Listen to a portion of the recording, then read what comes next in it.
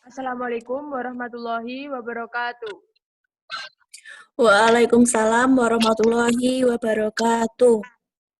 Di sini kami dari kelompok 6 ingin memaparkan hasil diskusi dari kelompok kami, yaitu mata kuliah ekonometrika mengenai analisis regresi berganda, estimasi, dan juga inferensi. Dengan anggota kelompok saya sendiri, Eriana Isnawati, NIM 1842063, dan juga Lilin Wulandari dengan NIM 1842062. Pertama, analisis regresi berganda adalah suatu metode untuk meramalkan nilai pengaruh dua variabel independen atau lebih terhadap satu variabel dependen, atau untuk membuktikan atau tidaknya hubungan antara dua variabel atau lebih dari dua variabel independen, yaitu X1, X2, X3, dan seterusnya, terhadap satu variabel terikat Y. Selanjutnya adalah analisis regresi berganda estimasi. Estimasi adalah keseluruhan proses yang memerlukan serta menggunakan estimator untuk menghasilkan sebuah estimate dari suatu parameter.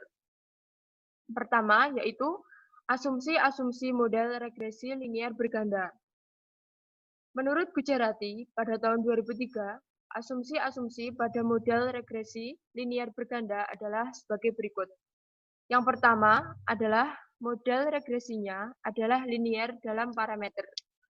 Kedua adalah nilai rata-rata dari error adalah 0.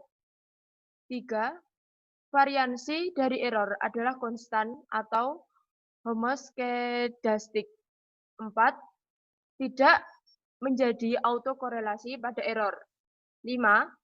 Tidak terjadi multikolinearitas pada variabel bebas. Lalu yang keenam adalah error berdistribusi normal. Kedua adalah interpretasi persamaan regresi berganda, di mana rumusnya adalah sebagai berikut, di mana persamaan di atas menggambarkan rata-rata kondisional atau nilai ekspektasi kondisional dari Y terhadap nilai tertentu dari X2 dan juga X3. Kemudian yang ketiga, arti dari koefisien regresi parsial. Arti koefisien regresi parsial merupakan sebagai berikut, yaitu beta 1 mengukur perubahan nilai-nilai rata-rata Y, E, dalam kurung Y untuk setiap perubahan X1 dengan menjaga X2 konstan. Beta 2 mengukur perubahan nilai rata-rata Y untuk setiap unit perubahan X2 dengan minimal dengan menjaganya X1 yaitu konstan.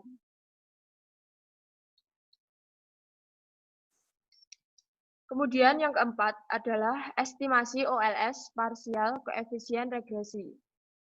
Metode ordinary least square atau OLS atau metode kuadrat terkecil biasa merupakan metode yang paling populer untuk menyelesaikan masalah hitung perataan. Menurut Mudrajat Kuncoro pada tahun 2001, terdapat beberapa asumsi utama yang mendasari model regresi linear klasik dengan metode OLS, yaitu yang pertama, model regresi linear. 2. X diasumsikan non-stokastik atau tidak random. Ketiga adalah nilai rata-rata kesalahan adalah 0. 4. Homoskedastisitas yang artinya varian kesalahan sama. Dan yang kelima adalah tidak ada autokorelasi antar kesalahan.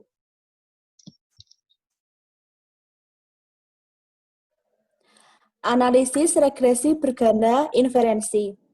Inferensi adalah proses menggunakan analisis data untuk menyimpulkan properti dari distribusi probabilitas yang mendasarinya.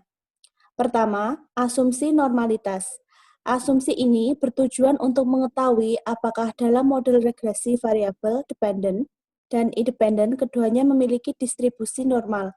Ghazali 2005, 110. Kedua, uji hipotesis koefisien regresi individual.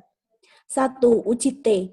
Uji T menunjukkan seberapa jauh pengaruh satu variabel penjelas atau independen secara individual dalam menerangkan variasi variabel dependen dan digunakan untuk mengetahui ada atau tidaknya pengaruh masing-masing variabel independen secara individual terhadap variabel dependen yang diuji.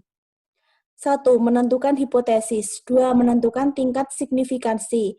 3. Menentukan besarnya T hitung. 4. Menentukan T-tabel. 5. Kriteria pengujian. Dan 6. Membandingkan T hitung dan T-tabel. 2. Menguji signifikansi keseluruhan dari sampel regresi atau uji F. Uji F digunakan untuk mempengaruhi apakah variabel independen secara bersama-sama mempengaruhi variabel dependen. Hipotesisnya dapat dirumuskan sebagai berikut. 1. Merumuskan hipotesis. 2. Menentukan tingkat signifikan. 3. Menentukan F hitung. 4. Menentukan F tabel. 5. Kriteria pengujian. Dan 6. Membandingkan F hitung dengan F tabel.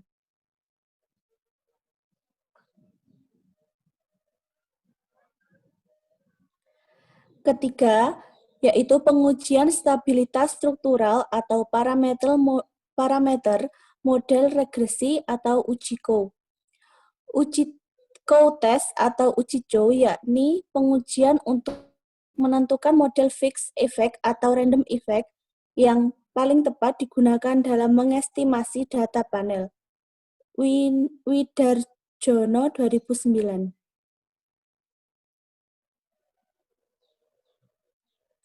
Kesimpulan. Yang pertama, dalam mengkaji hubungan atau pengaruh dua atau lebih variabel bebas, terdapat variabel tidak bebas. Maka model regresi yang digunakan adalah model regresi linear berganda. Kedua, estimasi adalah keseluruhan proses yang memerlukan serta menggunakan estimator untuk menghasilkan sebuah estimate dari suatu parameter. Ada beberapa metode yang dapat digunakan dalam membentuk regresi. Metode Ordinary Least Squares atau OLS atau metode kuadrat terkecil biasa merupakan metode yang paling populer untuk menyelesaikan masalah hitung perataan. Dan ketiga, inferensi adalah proses menggunakan analisis data untuk menyimpulkan properti dari distribusi probabilitas yang mendasarinya.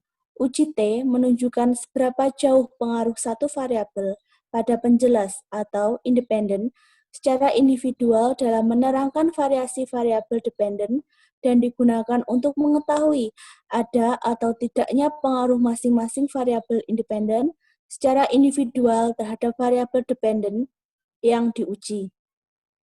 Uji F digunakan untuk mempengaruhi apakah variabel independen secara bersama-sama mempengaruhi variabel dependen. Coe test atau uji Coe, yakni pengujian untuk menentukan model fixed effect atau random effect yang paling tepat digunakan dalam mengestimasi data panel.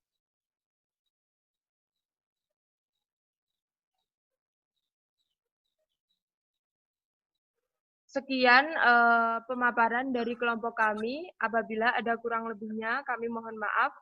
Wassalamualaikum warahmatullahi wabarakatuh. Waalaikumsalam warahmatullahi wabarakatuh.